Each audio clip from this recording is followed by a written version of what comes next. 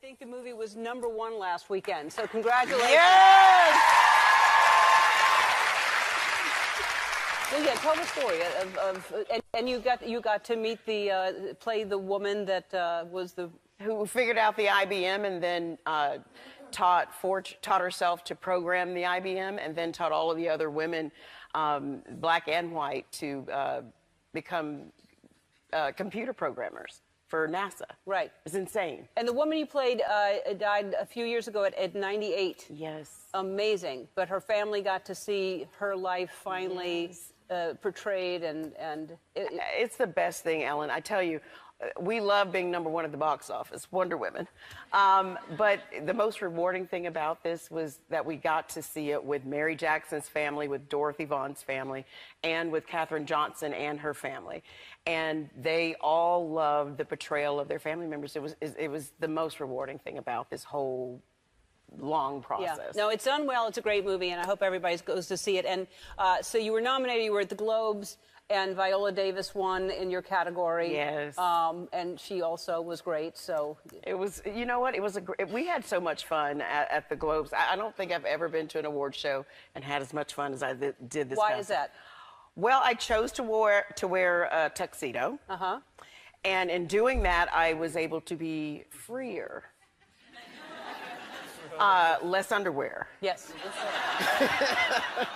A lot less underwear. And I was just radiant, and everybody was like, "Oh, you're so happy." They thought it was because of the box office, and I'm thinking, my feet don't hurt, and I am not cinched. Yep. It was wonderful.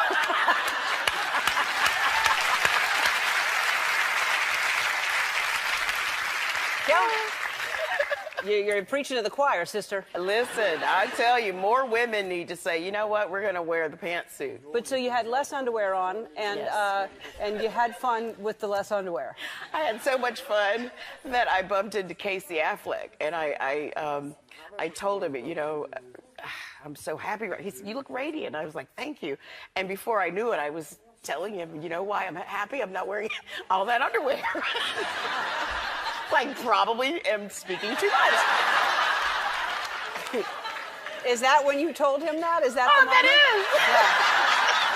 Oh, my God, that's it. And your face realizing maybe I didn't need to tell him that. That's exactly what I was thinking. Well, you made his night better, too. All right, so you were here the last time talking about wanting to date more. Sure. What's happening with that? Well, I was only home 8 weeks out of the year last year, so not much. Not much, you know, in longevity, I should say. You know, you want a steady boyfriend instead of, you know, hanging out with your good friend and her husband in their hot tub. You want your own man in the hot tub. Wait, let's back up. Talk about that with your friend and your husband in the tub. Why are you in the hot tub with your friend and husband? Okay, on Golden Globe Sunday, Viola lives in the hot tub, and I know that she has a hot tub, and she's now my neighbor, so I called her up and said, "Hey, are you guys in the hot tub yet?" Because I know their routine, and she said no, so I went over and we sat in the hot tub, and they had mimosas, and I had snacks. You know, that's the best way to spend a day before you go, you know, to the carpet. You and Viola and her husband in the hot tub. Yes. And they're having mimosas, and you're having what kind of snacks? Grapes. And oranges. Oh, wow. And, you know, chips. By the way, you have like a chip hotel. It's like the best chips on the planet, and I love it. Really? I'm going to take the basket. Yeah. You can take whatever you want back there. I'm going to take the whole basket. Anything you want. Thank you. I love you. Would you like some other things besides the chips? We'll get you anything you want. You can call ahead, you know. I love you, Ellen. I love you, too. I'm so glad you're here. I'm a huge fan. You're hilarious. Oh, my God. I love you. I've been wanting to be on this show forever. I don't mean to gush, but I remember running around my college dorm desperately trying to find a TV to watch the Coming Out episode of Ellen, and I think you're a hero, and I love you, and thank you. Oh, thank you so much. Yeah. Well, So you're in your 5th season, Yes. and you basically just don't know what you're going to get. You're just running up to people on the street, and you just came up with this idea and decided to add $1 to it to make it more alluring. Yeah, I like the idea that it was a game show where in order to win, people had to agree with my opinions.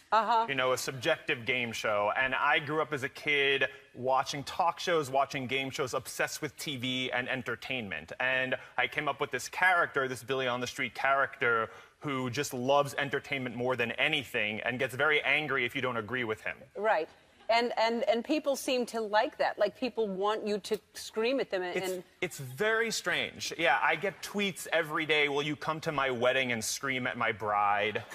You know, will you come to my bar mitzvah and scream at my son, he loves you? It's very strange. People, like, want to be insulted by me. Yeah. Which is not what I expected my life would be. Well, but yes, but it's funny. But I mean, you scream at them, but it's hilarious when you do it.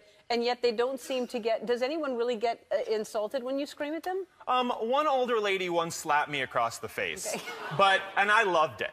You know, I thought she had every right to do that. But other than that, you know, New Yorkers are very savvy. They have a sense of humor. I think they realize that this is a character and that it's for comedic purposes, basically. Yeah. And you were a clue on Jeopardy, so people know who you are now. Well, I was a clue on Jeopardy, which was amazing, but I'm responsible for something you never see on national television anymore, which is 7 seconds of silence, because no one knew the answer.